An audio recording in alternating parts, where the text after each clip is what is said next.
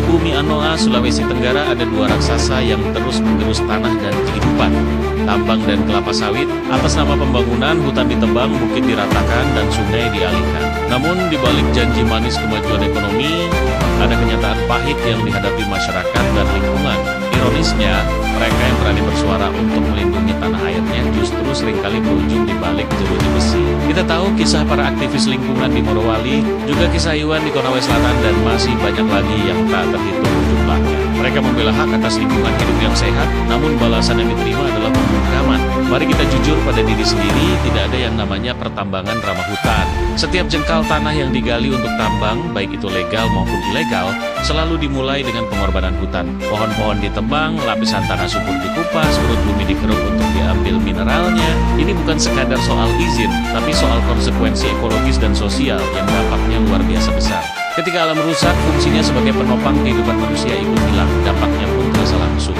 Sawah-sawah kekeringan karena daerah resapan air hancur. Sungai yang tadinya jernih, kini keruh oleh lumpur dan limbah tambang. Di pesisir, sedimen dari daratan merusak terumbu karang, membuat para nelayan kehilangan mata pencaharian. Petani kehilangan air, warga kehilangan ruang hidup yang aman dan sehat. Lalu, bagaimana dengan uang yang katanya masuk ke kas daerah? Dana bagi hasil yang diterima seringkali tidak sebanding dengan kerusakan yang ditanggung. Di atas kertas, angka-angka penerimaan daerah mungkin terlihat menggiurkan. Tapi, biaya pemulihan lingkungan dan kerugian sosial tidak pernah dihitung. Siapa yang harus membayar saat banjir bandang melanda? Siapa yang bertanggung jawab ketika sumber mata air mengering? Jawabannya selalu sama. Masyarakat dan generasi mendatang. Masalah tidak berhenti di situ. Pertambangan juga memicu konflik sosial. Lapangan kerja yang dijanjikan ternyata seringkali hanya bersifat sementara dan tidak menyerap banyak tenaga kerja lokal. Akibatnya, timbul kecemburuan dan gesekan sosial yang bisa meledak kapan saja. Jika tambang begitu merusak, bagaimana dengan perkebunan sawit di bumi Anoa? Sawit juga merajai lanskap. Hutan-hutan dibabat habis untuk digantikan dengan perkebunan monokultur. Polanya sama.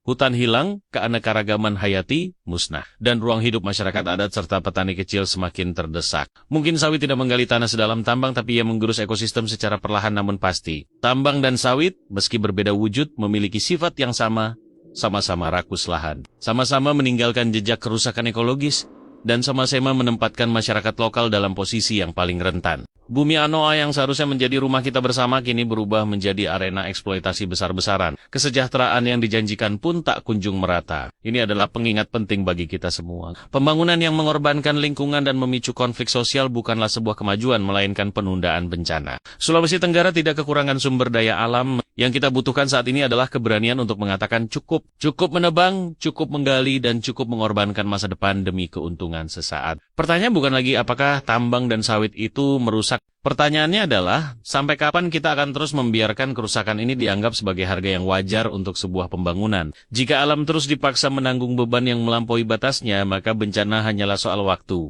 Dan saat itu tiba, tidak ada lagi izin, keuntungan, atau investasi yang mampu menebus kerusakan yang telah terjadi. Terima kasih telah menonton. Mari kita bersama-sama lebih peduli dan bersuara untuk masa depan bumi Anoa dan Indonesia. Jangan lupa bagikan video ini dan subscribe channel kami.